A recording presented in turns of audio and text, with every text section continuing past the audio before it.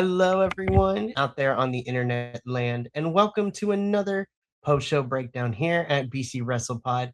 And thank you for joining us for another episode of NXT Losos, the weekly NXT post show breakdown here. Of course, my name is Mikey. I am El Jefe of BC Wrestle Pod.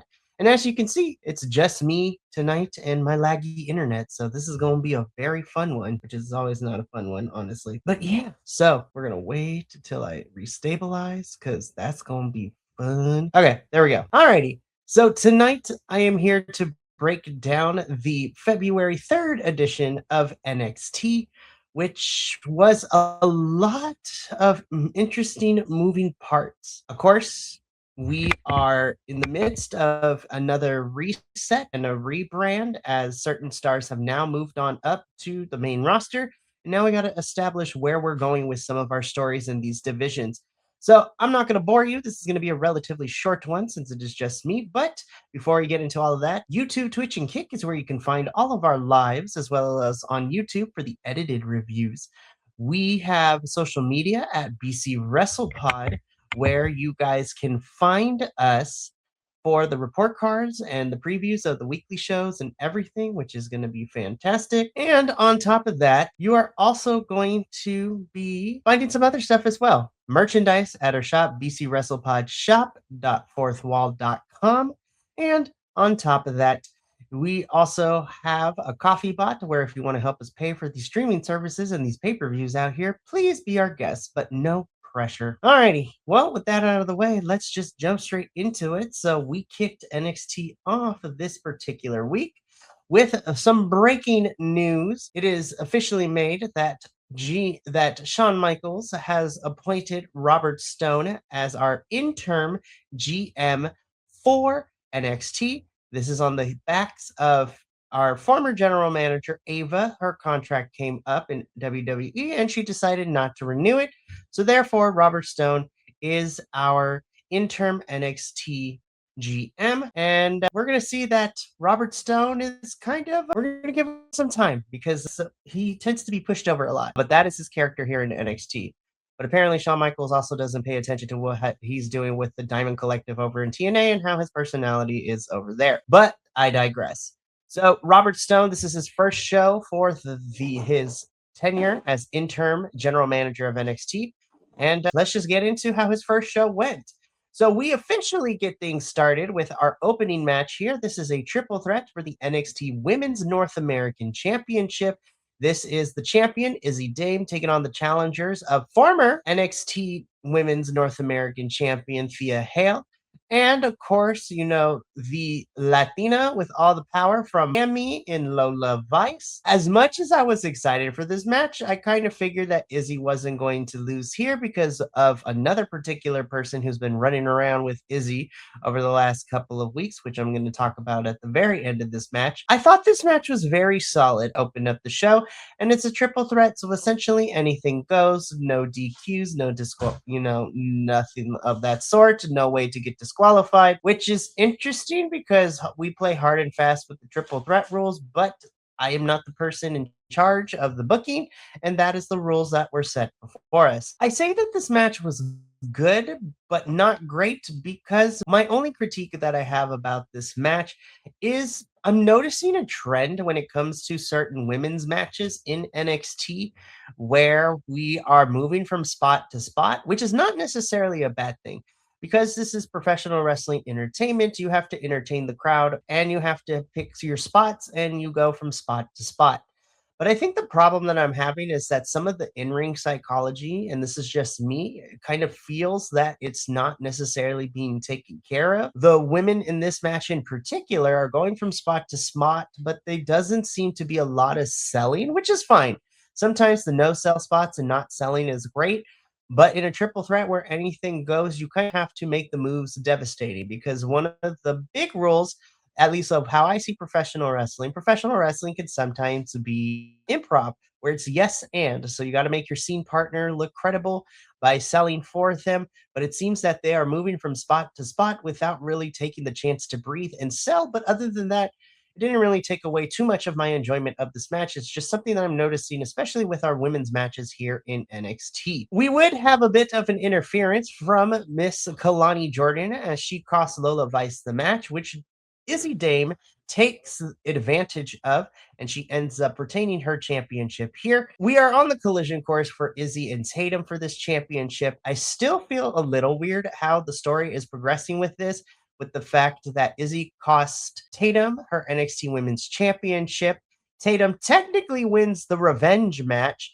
And now we're going to continue to run Izzy and Tatum again, where Izzy taking the Women's North American Championship would be cool, but I'm a little trepidatious when it comes to that, given of how short Tatum's NXT Women's Championship reign was when she got the title off of JC. We're going to talk about JC a little bit later in the show, so I'm going to put a pin in that. But overall, solid match. I wish the women would sell more, and I'm really hoping that we kind of move away from going from spot to spot and not having moments for the match to breathe, but still a solid bout to open up the show. After this particular match, we head backstage where once again Zarya and Sol Ruka are not on the same page. Zarya confronts Sol about being in the Royal Rumble and not telling her.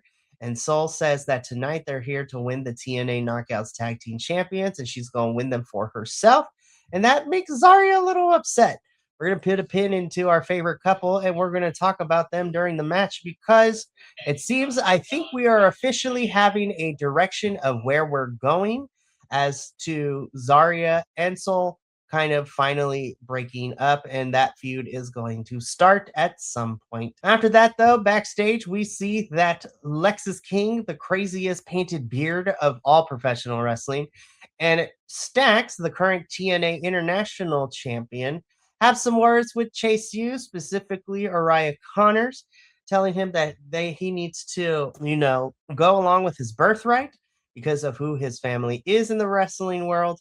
And this we get a tag team match made later in the show between Chase U and Lexus and Stacks. I'm gonna talk more about it because I don't like this story, but you know what? It is what it is, and we're going to talk more about my frustrations with this after the match itself. From here, we get a promo from Mr. Tony D'Angelo after weeks of attacking folks on the NXT roster and being escorted by security and essentially arrested and thrown into jail, only to be bailed out by Ava.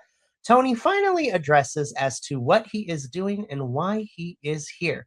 So, this is going to be interesting for sure. And my biggest issue, well, okay, I'm going to say my issues. I'm going to start with the positives, right?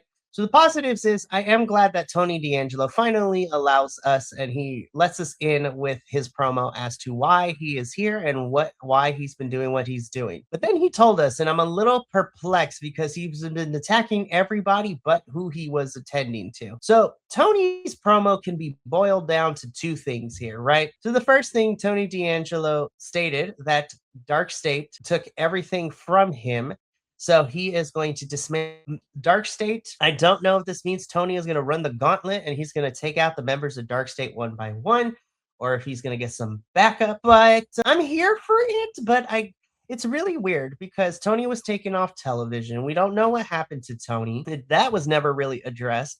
And now Tony's motivation here is that he's disheveled, he's distraught, he is a man with nothing to lose, and so he wants to dismantle Dark State. Anybody who has watched our post-show breakdown of NXT knows that I'm not the biggest fan of Dark State. I don't know, and they keep trying, and the way that they're presenting Dark State is that they are a faction that is running roughshod in NXT. I'm like, have several seats with all of that. It is crazy out here. But I'm happy that Tony is finally answering why he's here. We're going to see Tony wrestle probably at some point in the next couple of weeks.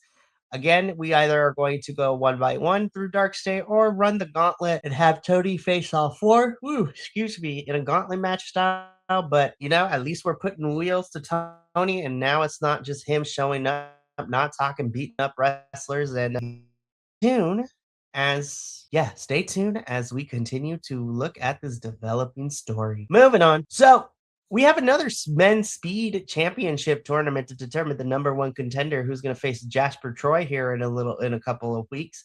And so tonight's matches saw, of course, our newest NXT star, Elio LaFleur, take on Charlie Dempsey in a speed match. It was a speed match, so it was really quick. Elio LaFleur wins. He's either going to be facing either Eli Knight or Josh Briggs in the finals to see, and then that winner will go on to face Jasper Troy for the Speed Championship. Yeah, I don't really have too much to say. It's a speed match. It is 3 minutes. Try to get everything that you can, and Elio moves on to the next round. Let me tell you, outside of our main event, I think this is one of my other favorite matches of the entire night. So this is the TNA Knockouts Tag Team Championship match. The challengers are Zaruka, so Zarya and Sol Ruka, taking on the current the TNA Knockouts Tag Team Champions in the Elegance brand, being represented by Heather by Elegance and M by Elegance, also known as Maggie Lee. This match was really, really fun for two different reasons. Number one, the Elegance girls looked really good, and so did Zaruka girls. All four women actually did amazing. And this was a match that perfectly exemplified what I had an issue with the opening match of the Women's North American Triple Threat. And is that this match had spots, but we also had time to breathe. We sold moves. We did some really great stuff. So that was one of the reasons why I really liked this match. The second reason why I like this match too is because of the consequences of the story that we've been playing at with Sol and Zarya for the last couple of months. And everything just imploded in this match. From Zarya not tagging Sol in, wanting to win the championships by herself, to Sol Ruka accidentally hitting a Soul Snatcher on Zarya, it just fell apart for the Zaruka girls, which would allow the Elegance brand to capitalize on the disjointed and miscommunication and allow them to retain the TNA Knockouts Tag Team Championships.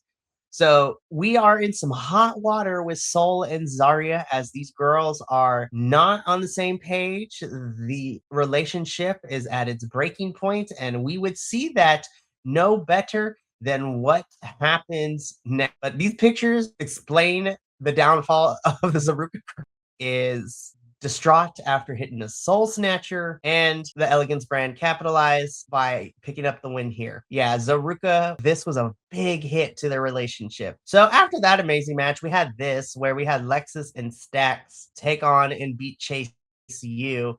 And I was just like, all right, well, thing that happened today, and that was on my television screen as I was watching this last night. And it is what it is. I'm just like saying this, you know what I mean? But whatever, it is what it is. Anywho, but the important thing that happens out of here is after the match, Andre Chase and Chase U are together. Uriah Connors just looks like he's over it. And Uriah leaves Chase U and heads to the back with Stax and Lexus King. So, well, very interested to see what is happening. And yeah, I don't really care for this faction with Lexus and Stax and his birthright. I mean, they were also trying to recruit Charlie Dempsey in all of this mess. We need to workshop the name, but at least we're developing some stories now that we have a reset among us. But this is one of the stories I'm not really caring about at the moment. Now, let's talk about this because this is an extension of what happened during the TNA Knockouts Tag Team Championships. Fatal Influence come out. JC Jane talks about her being in the Rumble. Zarya comes out and she is tired of waiting. She wants to face JC for the title. But then we had Ren QCC, like Kendall Gray and Ryan Sinclair, make their stake to the claim. So Ruka comes out and, also is here as well. And our general manager, or at least our interim general manager of the night, or at least until further notice, Robert Stone, makes a match official next week where it will be a number one contenders tag team match. It will be Zaruka, so Sol Ruka and Zarya versus Ren QCC, which is Ren Sinclair and Kendall Gray. And the winner of the match, or whoever gets the pinfall in the tag team match, will become number one contender to the NXT Women's Championship. So it's whoever gets the pin in the tag team match will become number one contender for JC's title, I should say. I'm very interested of how that's going to work, but again, we're trying different things and we're going to see what happens with all of this. So we're either going to see Ren Sinclair, Kendall Gray, Zarya, or Sol Ruka go on to face JC, and what I'm assuming is probably going to be Vengeance Day. I'm not even going front. And rumor reports is saying that Vengeance Day is going to happen at the Performance Center. So because we're in a reset, we're not traveling for our piece for NXT quite yet. But the first one will probably be happening at Vegas for Stand and Deliver in April. So I'm very interested to see who ends up walking out as number one contender and when we're getting that match. So we're going to see all that next week. Speaking of next week, this is a preview of the matches that we have solidified for next week. Again, like I mentioned, we have a tag team match of Zarya and Sol Ruka versus Ren Sinclair and Kendall Gray. The winner of the pinfall will become number one contender for the NXT Women's Championship. And we're also getting Jada Parker versus Blake Monroe next week. And I'm like, okay. I thought we would build this up more, but hey, you know what? It is what it is. Main event time. We had a 7-person ladder match for the vacant NXT the NXT Championship, my bad.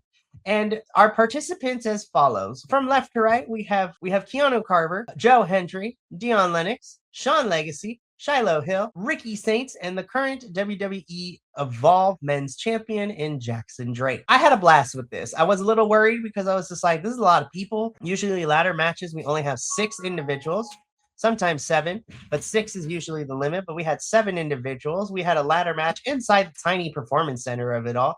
But this was really great. Keanu Carver went on a tear. He had some great spots and he was selling for folks and he just looked like an absolute powerhouse. And that's, as someone who's been kind of watching Evolve, and well, let me rephrase. As someone who is starting to watch Evolve, thanks to the advice of another content creator on here, I actually really do like how we're building Keanu Carver. You know, I said some comments a couple weeks ago because I hadn't watched Evolve, but I went back and watched a couple of episodes, and also our host who does watch Evolve and does the report cards for them did give me some info. And you know what? I'm kind of here for Keanu. I need to see a little bit more from him, but I'm really digging with the direction we're heading in. So he was great, but Ricky Saints and Joe Hendry also kind of carrying this match for everyone was great. Shiloh Hill having a really fun spot. Jackson Drake ping-ponging across the screen a lot between people was fantastic. But we would get to the ultimate ladder match bingo card move of the seesaw effect. We had Ricky Saints and Joe Hendry going back and forth with the one strap in hand. And by the end of it, the winner and your new NXT champion, to my pleasant surprise, is Mr. Joe Hendry is the new NXT champion. I'm not going to lie. I thought this match was going to have Ricky get the championship, but also looking at who our current champions are in terms of NXT, our women's champion is a heel. Our North American champion, women's North American champion, and men's champion is a heel. And yeah, so we kind of need a face champion, and Joe Hendry is our face champion for the time being. So Joe Hendry celebrates. I'm very interested to see where his championship reign goes here. And I have to listen. Anybody who's been following us here at BC WrestlePod knows how much myself and even Papa Oso, we both love Joe Hendry. We've been here since the Joya days in TNA when he was teaming with Yuya Uemura, and he has gotten over with the catchy theme song, and he has stayed over because people love him and his meme-ness. So congratulations to Joe Hendry. He is our new NXT champ. But yeah, this was really fun to watch, and I know Papa also was super happy, and so was our other NXT co-host Kilt. Very excited to see where Joe Hendry's title run goes. But that is going to be it for us here at NXT. This is a bit of a short review because it is just me tonight. But do not touch that dial because I will be back later tonight at 8 p.m. Pacific as I will be shifting gears from NXT to the heart of Arena Mexico as I am going to be talking about some CMLL wrestling. So some good lucha libre goodness. We had some folks from Ring of Honor and AEW popping up in, this past Friday show. And myself and our virtual co-host, Agent Lo-Fi, we will be talking about all the lucha libre goodness. But that is going to be it from here tonight. We have a jam-packed week still coming up. Like I said, we got CMLL at 8 p.m. Pacific tonight. On Friday, we have our TNA post-show breakdown.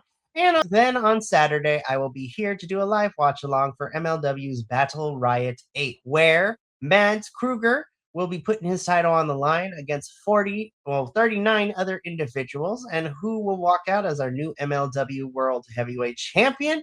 Well, you're going to have to tune in Saturday to find out. But from all of us here at BC WrestlePod to you at home, remember, take care of yourself, love one another, stay iconic, and more importantly than anything, you always deserve to finish your story. We will see you later tonight for CMLL. But until then, and till next time, from all of us here to you at home. Thank you so much for tuning in to another Vibe Tribe production. What's gonna happen next time? Well, you're gonna have to tune in to find out. But until then, remember, take care of yourself, love one another, and as always, make sure that you keep the good times rolling. Thank you for being here, and we'll see you next time.